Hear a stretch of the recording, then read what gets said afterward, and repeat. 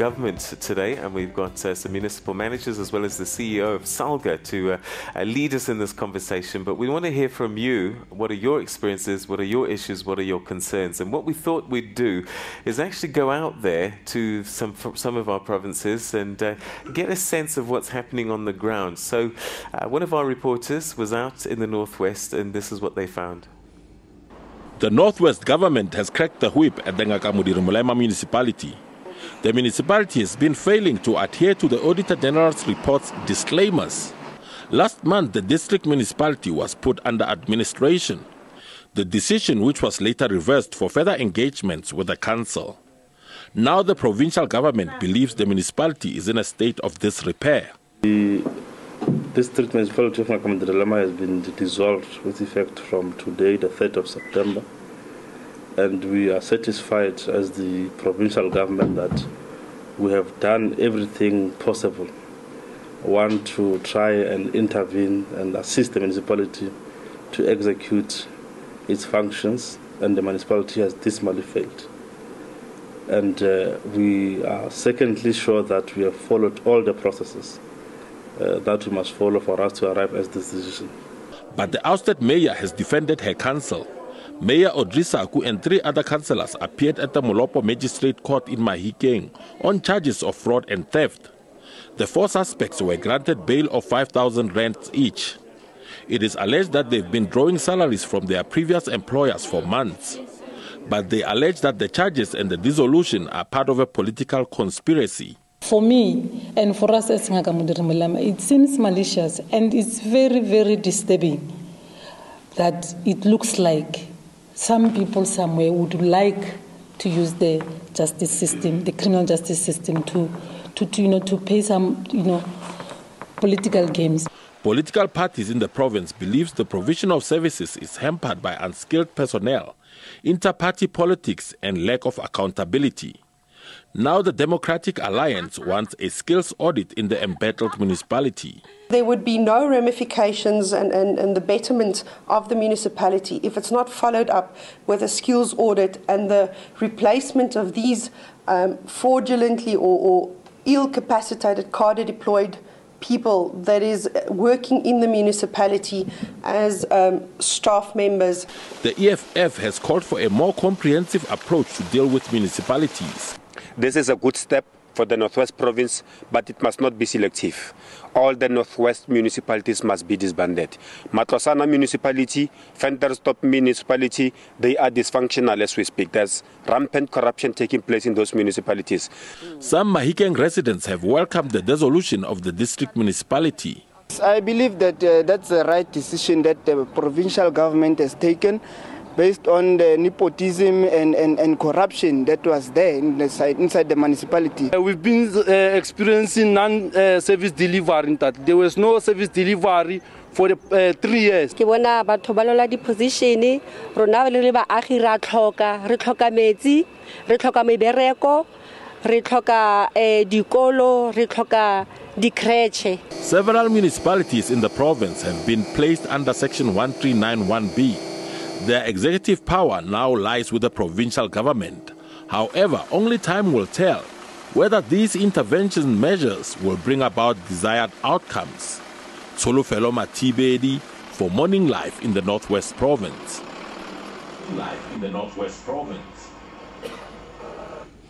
Right, thank you very much indeed. That's our reporter, Tsolofelo Matibedi, speaking to us from the Northwest. Now, so, it doesn't paint a bright picture. The complaints are common, and it's not just the Northwest. This is right across the country. This perhaps is just a good example of some of the issues that you're dealing with. So, things that have come up: fraud and theft, nepotism, and bringing municipalities into administration as the last resort. A lot of things have failed along the way. Finish your answer from before, because I think it also speaks to what the DA was talking about, skills audits and incapacity, and then just comments on what you've seen there, your experiences. How do we fix this?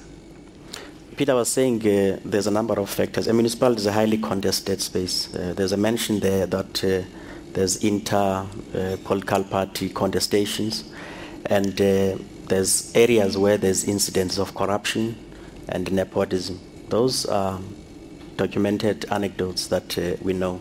But what we are talking about is that for issues to mitigate against this, there is now measures to institutionalize in municipalities to manage supply chain issues, who gets involved between councillors and officials. And those measures precisely were meant to delineate responsibilities. Then the second one is around measures around employment in municipalities, again to deal with issues of nepotism. It doesn't mean it eliminates them completely, but to the extent that there's measures to hold people accountable. So yesterday we said accountability starts with us as municipal managers. It doesn't have to wait for a council. When I'm sitting with a report from AG that says there's wrongdoing officials, it must be fairly easy for me to take decisive action so that we don't corrode the confidence of people on areas where it is within our area of influence to deal with. That's precisely the issue around mitigating influence factors. Okay. How difficult is it to manage these issues, Trevor? Well, I think the key issue that comes up is that there's a balance of skills that you require in a municipality. The first is the technical skills, and the second is the ability to be responsive to people and hear what they say. So when people raise the issue of potholes, it's not simply going out there and patching the pothole, but maybe it means resurfacing the street. Or if there are breakages or pipe bursts, you can't patch the pipe burst, maybe you need to replace it. And I think that's the balance that you need, to have the set of skills to know what the root of the problem is, but also to respond very quickly to what people are saying, because it's a key question. The politics, the inter-party politics, we see it, we hear about it, and I'm getting a sense that the politics sometimes gets in the way of serving the people in need. Peter, that clip basically talks to 4 issues, and those 4 issues happen across all 278 municipalities. The first issue, which is very critical, it's about leadership. Of course, both at a political level as well as at an administrative level, in terms of your municipal managers doing things correct and so on. That is the first pillar. 2, it talks to governance structures that have to be there in those institutions. Governance structures in the form of your audit committee, in your MPEC, your internal audit. Those are what we call your assurance providers in an institution, assuring you that things are happening correctly in terms of the laws, in terms of the regulations. The third issue is about financial management. It will always come out. That's what AG on a yearly basis talks about. And I think it's high time we talk about these issues. It's high time we start to look at our books of accounts, Peter. Like I said earlier on, let's get the correct people in the correct positions. I know there was a follow-up question to that, and I will come back to that. And lastly, issues about laws and regulations. You know, we need to build a road. How quick do we take corners to get a service provider to build that particular road? Because immediately you do that, the criminal justice consequence management will take its course. And basically that's what is actually happening there. Now, the most important out of all these pillars, it's the leadership at an administrative level. If you pick up some of these things happening, what do you do about that? Do you sit back and say, fine, we'll talk about it and so on? There has to be a consequence management. And that's what our minister is basically talking about. To say, you can be the best leader ever, but things, when they happen under your nose, you keep quiet about that. People get to know about them on the streets. They start to toy, and then there's a problem. Then we must deal with that particular leader. I think those are the 4 basic tenets, you know, that could actually deal with issues like this. It's not only Northwest, it's also happening in Mpumalanga. It's happening across the country. All right, so Mxolisi, we know what the issues are. We know what the drama is. Why is it things only get done when people march? Look, I mean, I think one critical issue that you need to do here is that you shouldn't allow for a social gap to develop between the council as an institution and the community that it serves. A number of measures happen simply because people do not know what is happening and they do not know when they are going to get those services. And I think that South African community is very patient. They were patient for many years. We don't want to take advantage of that, but we want to say if people are going to have to wait for a year to get the services, go to them. Tell them that, look, that's when you are going to get your services, and I'm sure they'll understand. But once you've made that promise, you must honor it. But I think the main one for me, Peter, is that the municipal managers are the accounting officers, and you occupy the center. And if the center doesn't hold, the structure will collapse. We manage administration, and we manage politics. All right, okay. There was one thing I needed you to clear up before. Interference. Where's that coming from?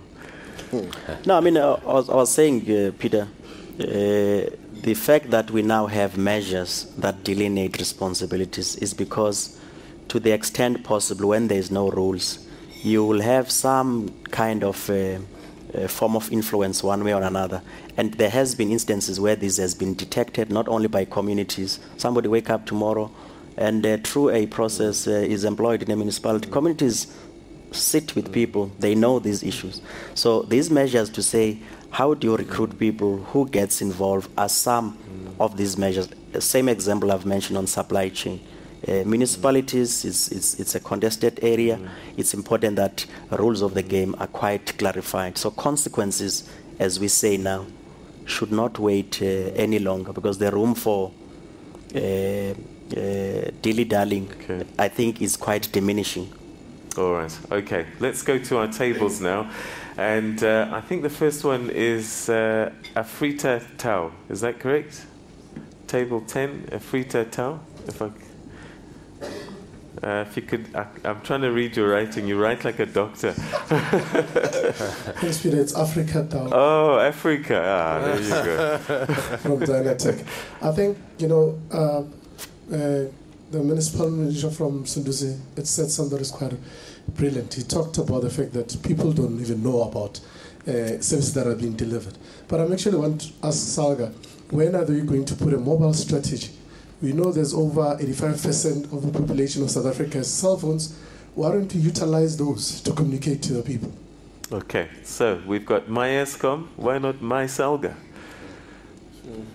Well, you'll be surprised. It's something that part of our goal as SALGA is to build SALGA into becoming a center of excellence and innovation. And we're looking at a number of areas. One of those is around using information technology. And there's quite a number of available tools at the moment, which through this goal is about us ensuring that we can maximize technology to interface with citizens. But primarily, people must also appreciate that SALGA is not a direct service provider to citizens. It is municipalities. But bringing the tools to enable municipalities to uptake is one of the central objectives of SALGA. All right, if you've just joined us, SALGA, South African Local Government Association. Right, let's go to AC Mpela. AC Mpela, where are you? If you could ask your question briefly. Thank you, Peter. My question is to Eskom. Many a times we're talking about the financial viability of municipalities. One of the issues that works against that is of course the collection of money through selling electricity. Eskom seems to be monopolizing the energy sector by generating, distributing, and now providing. Now municipalities are finding themselves having problems in financial viability. All right, okay. I'm going to get a few thoughts from you first, and then if with your permission, if I could ask you to respond as well, Ms. Noah. Okay. The issue that is being raised about the balance between financial viability and the income from electricity distribution and saving electricity, of course, is a challenge that all of us face.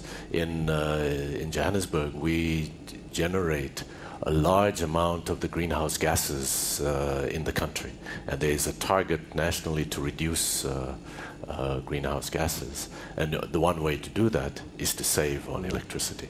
So the key question is, how do you balance that? And one of the key things we've done is to try to ensure that we have other areas where we have income, but also to look at the customer's ability to pay the rising costs. And so saving of electricity is one of those ways for residents, homeowners, to save money on their services. Hugh, I'm hearing the word monopolize here. Your reaction to that? Well, Peter, the whole issue of revenue enhancement, revenue generation, it basically touches on the triple challenges that we normally talk about. That will always be there. But I think at the center of the whole discussion is, at what stage do we as municipalities, actively start to regenerate our local economies? As a result, the issue about local economic development, comes right there. To say, you will look at, especially in the rural areas, small municipalities who will say we are very poor, we rely on grants, but when you look around that municipalities, there is so much big potential of revenue generation. And those are some of the things we really need to start to sensitize our municipal managers to. There is so much investment opportunities in your area. Let's start to uplift that. That will ultimately turn into job creation. People get to be employed, local economies grow, people start to pay for services. I know I've raised this in less than a minute. It takes time, Peter, but it's doable. And there are examples in so many municipalities where that has happened. Okay, I'm going to go to get a comment from us, Eskom very briefly, but why do municipalities owe Eskom over 2 billion rand? What's going wrong? Why are we in this situation? They've got to finish off Medupe and all these other things, but you're not paying your bills. How do we fix this? And then we'll get a comment from Eskom. Look, I think there are social factors which I think they have not been taken into account. If you look at the tariff increases since 2007, Eskom has increased its tariffs by more than 100%. It's been increasing at more than 20% for the past 4 to 5 years. Now you've got a real situation where it is a question of affordability. Unfortunately, some of the municipalities have not gone around the issue of managing the indigent policy, and therefore you are buying electricity from Eskom, you are distributing it, but you're not collecting the relevant amount of money from your end users or consumers. And because you have not managed the issue of indigent, then you are falling behind. But you must also understand that electricity is the main source of revenue for many municipalities, and therefore that revenue is used to pay for salaries and other things. And obviously, based on priority, maybe Eskom becomes the last entity to be they're paid. not going to switch you off, are they? All right, let's go to Ms. Noah, Ayanda Noah, Eskom Group Executive for Distribution. Thank you very much for that question. I think the first point that I want to make is that the whole issue around the structure of Eskom is a policy issue. And how we are structured currently is how we're structured. And we probably need to work within what we have in terms of that. And the best person really to talk about policy issues around the structure of Eskom is the DOE. And the second thing is, I do think that some of the things that we have picked up in terms of challenges with non-payment is the issue of tariff design for municipalities. It is a concern. The customer mix. In some cases, you find that the bulk of the customers in a municipality are probably just domestic. So if you don't collect, it's very difficult then to pay on Eskom. So what we really are asking for from our side is that the energy that we have sold has to be paid for. But we equally have to assist the municipalities where possible, to try and get them to pay and help them with the billing side, with the metering side, with tariff design. I think those are very critical issues that we need to deal with. Thank you. All right, thank you very much indeed. Okay, so what we're trying to do is get as many experiences as we can at various parts of the country, and so let's go to the Eastern Cape now and find out what's been happening on the ground there. A historical town was on the verge of collapse when the government intervened. The municipality is currently owed about 200 million rands by ratepayers. Poor budgeting by the municipality is believed to have led to this problem. Some of the budgets they've been making have been made on unrealistic or uncredible, I would say, estimates and so on. That's also one of the key things leading into the financial challenges. And also other things which come out is also just poor budgeting. Like, if one looked at some of the money allocated for maintenance of infrastructure, and it's a small little amount. This has led to serious infrastructure problems in the city. The municipality could not replace water pipes that are more than 100 years old, leading to a water crisis in Grahamstown. This affected business in the area. It has a dire effect on business in general, and the whole business industry, from the building industry all the way through to the accommodation tourism businesses. A lot of visitors come to Grahamstown. We are a historical town, a lot of conferences that go on here, a lot of special events that happen here. And because of these type of crises, being it water, infrastructure, whatever it is, deters people from coming to Grahamstown. Last week, the minister placed this municipality under administration. This after numerous attempts to save Makana failed.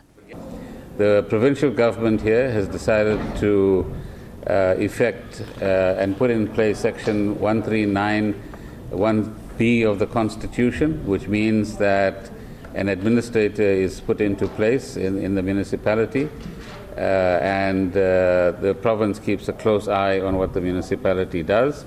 We are here from national government because ultimately we have to approve this intervention that the province has actually undertaken. Local government in the Eastern Cape is also looking to intervene in other troubled municipalities across the province. Olotu Sota, SABC News in Grahamstown.